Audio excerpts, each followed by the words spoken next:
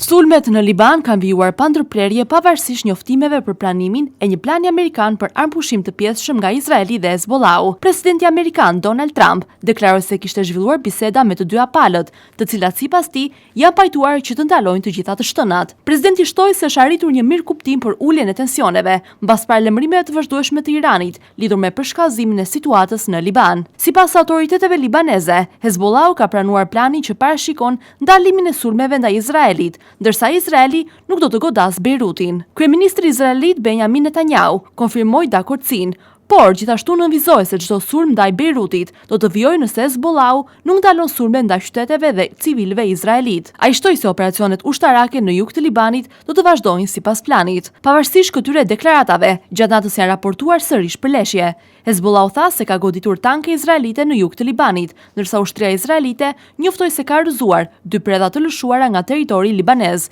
pa raportime për viktima. Në teren janë raportuar dhe sulme ajrore izraelite në disa zona jugore të Libanit, si dhe shpërthime të fuqishme në qytetin Debine. Irani nga ana e tij reagoi duke paralajmëruar se çdo shkelje e armpushimit në një front të konfliktit përbën shkelje në të gjitha frontet, ndërsa mediat iraniane raportuan mundësinë e pezullimit të bisedimeve indirekte me SBA-t, si dhe hapjen e fronteve të tjera në rajon. Presidenti Trump deklaroi se bisedime diplomatike do të vijojnë dhe se është arritur një mirëkuptim për ndalimin e luftimeve, përfshirë edhe parandalimin e sulmeve ndaj Beirutit.